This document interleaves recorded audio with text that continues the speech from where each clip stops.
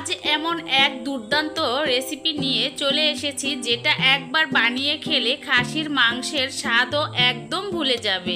হ্যাঁ, একদম সত্যি বলছি।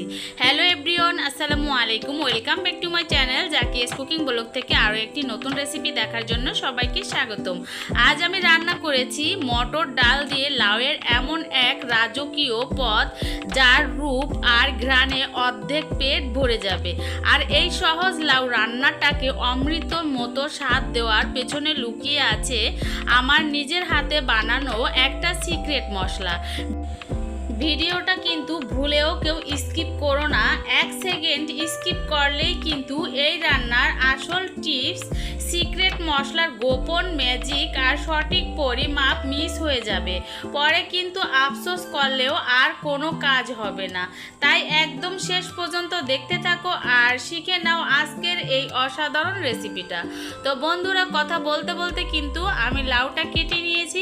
লাউয়ের যে নিচে অংশ আছে মোটা সাইজ থেকে, সেখান থেকে কিন্তু আমি বেশি অর্ধেক পরিমাণে লাউটা নিয়েছি। আর লাউটা কিন্তু একদম কচি ছিল মাশাআল্লাহ। তো উপরের খোসাগুলো লাউয়ের ছাড়িয়ে নিচ্ছি। তো বন্ধুরা, ভিডিওটি দেখতে দেখতে যারা এখনো একটা লাইক দিয়ে যুক্ত থাকো নাই, একটা লাইক দিয়ে যুক্ত থাকো। লাউয়ের এমন রাজকীয় পদ যার ঘ্রাণে তোমরা 1 প্লেট ভাত একদম অনায়াসে খেয়ে ফেলতে পারবে। তো দেখো, লাউ কিন্তু আমার সেলা হয়ে গিয়েছে। এই পর্যায়ে লাউগুলো কিন্তু আমি ছোট ছোট টুকরো করে কেটে নিচ্ছি। আর এই তো এই লাউ কিন্তু আমি আজকে মটর ডাল দিয়ে রান্না করব। আর মটর ডালগুলো কিন্তু আমি অফ ক্যামেরায় ভিজিয়ে রেখেছি, ধুয়ে পরিষ্কার পানি দিয়ে 3 থেকে 4 ঘন্টার মতো মটর ডালগুলো অবশ্যই আগে ভিজিয়ে রাখতে হবে। ভিজিয়ে রাখলে কিন্তু সুন্দর করে মটর ডালগুলো কিন্তু একদম নরম হয়ে যাবে। তো দেখো, এদিকে কিন্তু আমার লাউগুলো কাটা হয়ে গিয়েছে। তো লাউগুলো একটা বলের মধ্যে তুলে নিচ্ছি। তো লাউগুলো কিন্তু আমি ছোট ছোট টুকরো করে কেটে নিয়েছি। আমরা সাধারণত যেরকম রান্না করি সেরকম করেই কেটে নিয়েছি, কিন্তু একটু সাইজটা ছোট করে কেটে নিয়েছি। এই পর্যায়ে চলে যাব একটা মশলা তৈরি করে নিব। তো এই মশলাটা কিন্তু আমি লাউয়ের মধ্যে ব্যবহার করব রান্নার মধ্যে। এখানে দারুচিনি, এলাচ আর জিরা এগুলো দিয়ে দিলাম। এগুলো একটু আমি হালকা করে ভেজে গুঁড়ো করে নিব। তার সাথে দিয়ে দিলাম ময়রি। অবশ্যই এই ময়রিটা দেওয়ার চেষ্টা করবে, তাহলে কিন্তু লাউয়ের এই রান্নাটা খুবই মজাদার হবে আর খুবই সুন্দর একটা ফ্লেভার আসবে। তোমরা তো অনেকেই অনেকভাবে লাউ রান্না করে খেয়ে থাকো, কিন্তু আজকের এই লাউ রান্নাটা একবার হলো এভাবে ট্রাই করে খেয়ে দেখো, অনেক অনেক ভালো লাগবে। তো দেখো, আমার মশলাগুলো ভাজা হয়ে গিয়েছে। একটু ঠান্ডা করে আমি শিলপাটায় বেটে নিব।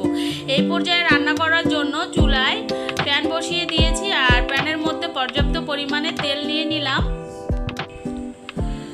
তো তেলটা গরম করে আমি এখানে যে যে মশলা ব্যবহার করব সেটা হলো, আমি অফ ক্যামেরায় বেটে নিয়েছি আদা, নিয়েছি জিরা আর নিয়েছি পেঁয়াজ, রসুন। তো সবগুলো উপকরণ কিন্তু আমি অফ ক্যামেরায় বেটে নিয়েছি। আমার যতটা দরকার ততটাই আমি অফ ক্যামেরায় বেটে নিয়েছি। তোমরা রান্না অনুযায়ী মশলা ব্যবহার করতে পারো। তো আমি এখানে কিন্তু বেশি মশলা ব্যবহার করি নই, অল্প মশলাই রান্না করব। দিয়ে দিলাম মরিচের গুঁড়ো, হলুদের গুঁড়ো আর ধনিয়া গুঁড়ো। তো সবগুলো উপকরণ দেওয়ার পরে দিয়ে দিব স্বাদ মতো লবণ।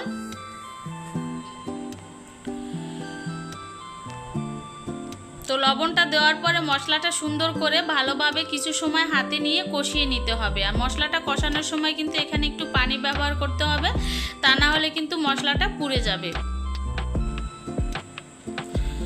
তো আমার মতো এরকম মটর ডাল দিয়ে লাউ রান্না করে কে কে খেয়েছো আর কেমন লাগে অবশ্যই কমেন্টের মাধ্যমে জানাবে। এরকম করে লাউ আর মটর ডাল দিয়ে রান্না করলে কিন্তু গরুর মাংস বলো, খাসির মাংস বলো কিংবা মুরগির মাংস বলো, একদম সব ফেল করে দিবে। এরকম করে রান্না করে কিন্তু রুটি, পরোটা, গরম গরম ভাতের সাথে কিন্তু একবারে জমে যাবে। তো দেখো, আমার মশলাটা কষানো হয়ে গিয়েছে। এই পর্যায়ে যে মটর ডালগুলো আমি ভিজিয়ে রেখেছিলাম সেগুলো কিন্তু একদম পারফেক্টভাবে ভিজেছে। আর সেগুলো পানি ঝরিয়ে সুন্দর করে তারপরে মশলার মধ্যে দিয়ে কষিয়ে নিব। তো এখানে আধা কাপের মতো পানি দিলাম, আর এই পানিটাই কিন্তু এই মটর ডালগুলো কিন্তু 50% সেদ্ধ হয়ে যাবে। তো দেখো মশলার মধ্যে কিন্তু আমি ডালগুলো কষিয়ে নিয়েছি এবং 50% সেদ্ধ হয়ে গিয়েছে। এই পর্যায়ে যে লাউগুলো কেটে নিয়েছিলাম সেই লাউগুলো সুন্দর করে ধুয়ে আমি মটর ডালের মধ্যে দিয়ে 5 মিনিট ধরে কষিয়ে নিব। কষাতে কষাতে কিন্তু লাউয়ের গাও থেকে একদম পানি বের হয়ে আসবে। আর এখানে স্বাদের জন্য দিয়ে দিলাম কাঁচামরিচ। অবশ্যই লাউ রান্না করার সময় কাঁচামরিচ দিবে, কাঁচামরিচ দিলে কিন্তু অনেক ভালো লাগে। তো দেখো এখানে কিছু কাঁচামরিচ অ্যাড করে দিলাম। এখন নেড়ে চেড়ে ভালোভাবে সবগুলো উপকরণ মিক্স করে নিলাম। এখন ঢাকনা দিয়ে ঢেকে প্রায় 5 মিনিট ধরে লাউগুলো কষিয়ে নেব ডালের সঙ্গে। আর কষাতে কষাতে কিন্তু এই লাউর গায়ে থেকে কিন্তু পানি চলে আসবে, আর এই লাউগুলো কিন্তু এমনিতেই 50% আরও সেদ্ধ হয়ে যাবে এবং সাথে ডালগুলোও সেদ্ধ হয়ে যাবে। তো দেখো কিছু সময় ঢাকনা দিয়ে ঢেকে রেখেছিলাম, আর লাউয়ের গা থেকে কিন্তু অলরেডি পানি বের হয়ে এসেছে, এখানে বেশি পানি লাগবে না। তো দেখো উল্টিয়ে পাল্টিয়ে নেড়ে চেড়ে আবারও কিছু সময় ঢাকনা দিয়ে ঢেকে লাউগুলো আমি সেদ্ধ করে নিব। খুবই সুন্দর একটা ফ্লেভার বের হয়ে এসেছে বন্ধুরা। তো দেখো ঢাকনা দিয়ে ঢেকে আবারও কিছু সময় জাল করে নিচ্ছি, আর লাউটা কিন্তু এই জালেই কিন্তু 50% আবারও সেদ্ধ হয়ে যাবে।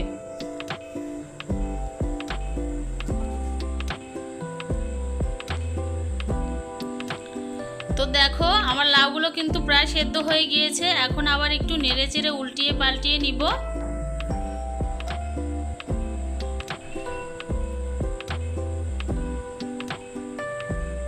ডালগুলো কিন্তু একদম পারফেক্ট সেদ্ধ হয়ে গিয়েছে।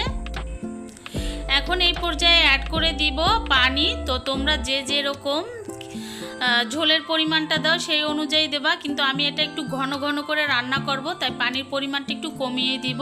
আর যে পানিটা দিলাম এই পানিতেই কিন্তু লাউ কিন্তু একদম পুরোপুরি সেদ্ধ হয়ে যাবে, আর আমার রান্নাটা কিন্তু একদম পারফেক্ট হবে। তো দেখো কিছু সময় ধরে আবারও জাল করে নিব যতক্ষণ লাউগুলো ভালোভাবে সেদ্ধ না হবে।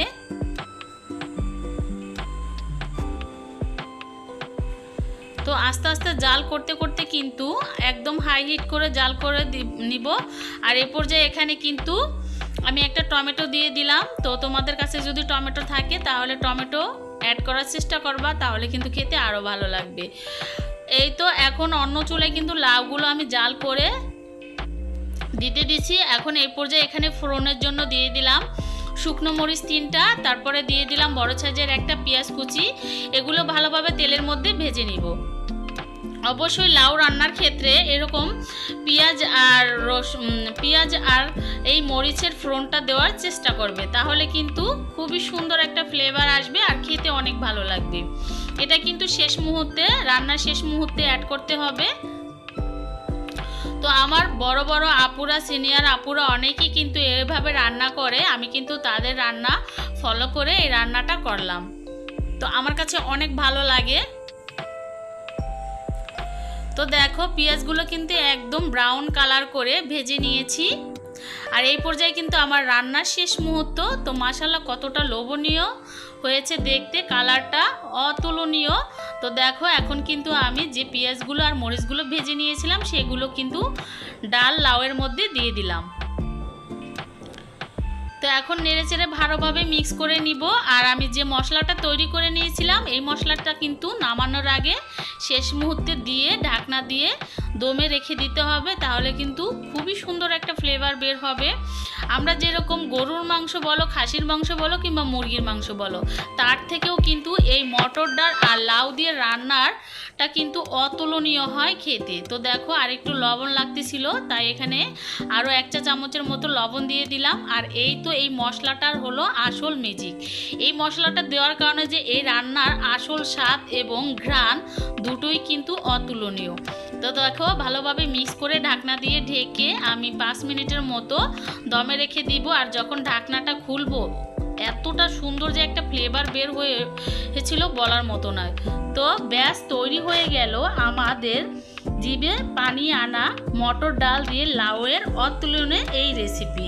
এবার গরম গরম ভাতের সাথে খাও কিংবা ধোয়া ওঠা রুটি বা মুচমুচে পরোটার সাথে, সব কিছুর সাথে কিন্তু এর স্বাদ এক কথায় অনন্য। দেরি না করে আজই বাড়িতে বানিয়ে ফেলে এই পরিবারের সবাইকে চমকে দাও। সবাই কিন্তু অনেক পছন্দ করবে, ছোট বড় সকলেই অনেক পছন্দ করবে। তো আমার বাচ্চারা তো অনেক পছন্দ করেছে। আর এই লাউ আর মটর ডালের এটা মিক্স করা রান্না বিশেষ করে রুটি পরোটার সাথে খেতে যে এতটা ভালো লাগে বলার মতো নয়। তো আমি কিন্তু বেশি করেই তৈরি করে নিয়েছি খাওয়ার জন্য। তো আজ এই পর্যন্তই। সবাই ভালো থাকো, সুস্থ থাকো এই কামনা করি। আল্লাহ হাফেজ।